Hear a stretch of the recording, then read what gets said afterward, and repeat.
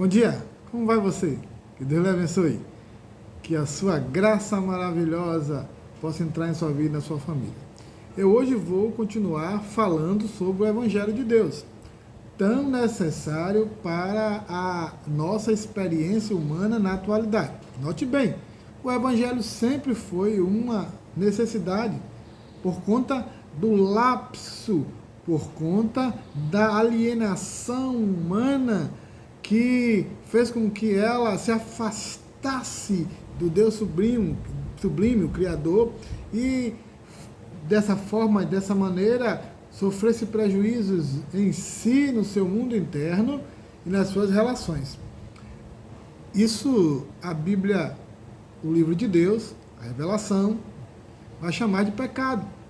Por conta disso, Jesus é o Evangelho que desde o Velho Testamento começa a fazer diferença na vida das pessoas, mudando de modo matricial o ser humano. Paulo vai dizer que ele não tinha vergonha desse Evangelho. Diante de toda a sublimidade oratória, retórica, diante da sabedoria humana, cada dia mais ascendente, diante de toda essa religiosidade presente nas religiões, de todo esse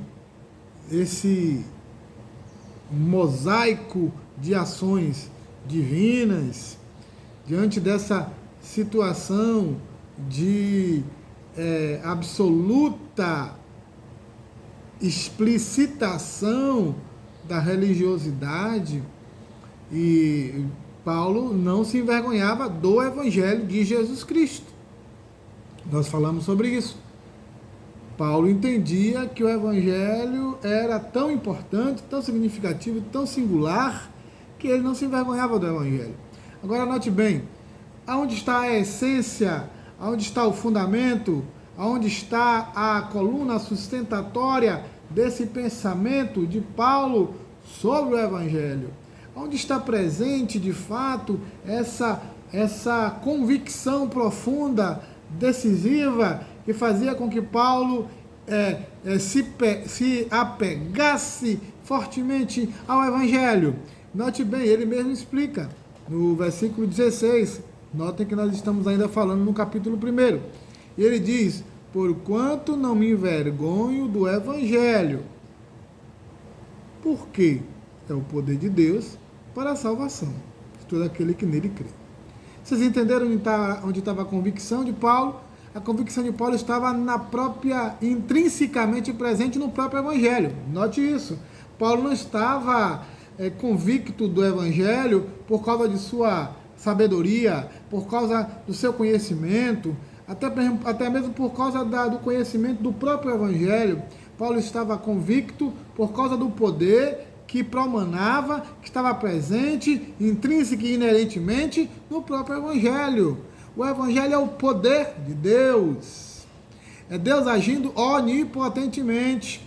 É Deus interferindo. É Deus agindo com sua capacidade de fazer transformações matriciais, transformações profundas dentro do indivíduo, onde o pecado, a alienação tem a sua geratriz. Paulo dizia que a sua confiança estava exatamente no que o Evangelho era. E o Evangelho não era uma formatação humana. O Evangelho não foi fabricado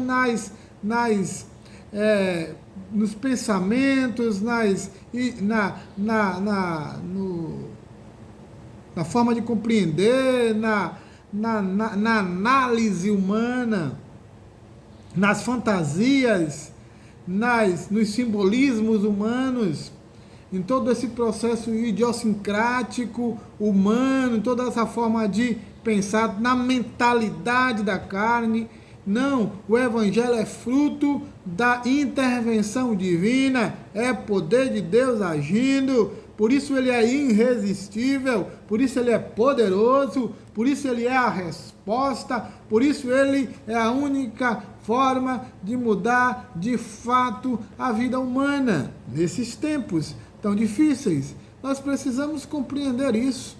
Compreender que não há outra maneira de fazer uma mudança elástica, uma mudança matricial profunda no próprio núcleo do viver humano sem o Evangelho.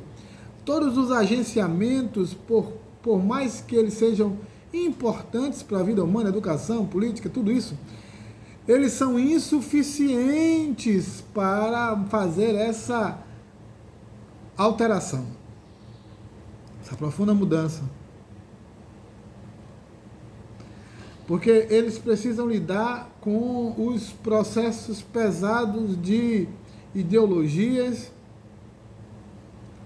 que estão dentro e sendo fabricado lá na nossa estrutura de significados, fazendo com que matrizes acabem ideologizando, dominando e criando prospectos cognitivos, de emoções, que na verdade não podem ser modificados senão por um poder maior e mais penetrante. Maior e mais penetrante. E esse poder maior, agigantado, esse poder profundo de inserção, só o Evangelho tem.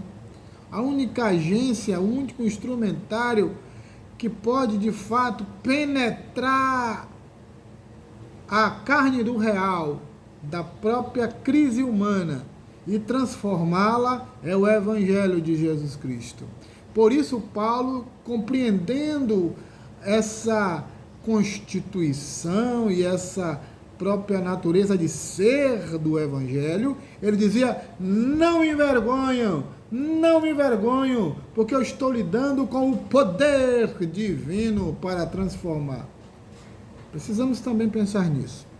Precisamos pensar no Evangelho sendo o núcleo, que aí sim vai gerar transformações que vão afetar todos esses outros agenciamentos e vão fazer aí sim uma comunidade que transborde a luz da verdade, verdade com V maiúsculo, né? E que possa realmente mudar a vida humana.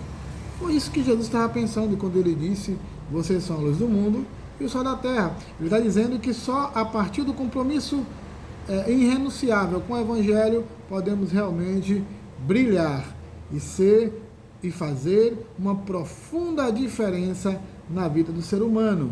Sem o Evangelho não há como brilhar de verdade, não há como ser diferença e não há como alterar a vida humana. O Evangelho é o poder, o dinamis, o Novo Testamento fala isso, dinamis teu, o poder de Deus para salvar. E a gente vai ver o que é que isso significa no nosso próximo post. A gente vai compreender como é que o Evangelho trabalha. Nós agora entendemos por que o Evangelho pode. Notou isso? Porque o Evangelho pode. Nós vamos entender agora por que o Evangelho, em quem o Evangelho faz isso que ele diz que pode fazer. Que Deus abençoe.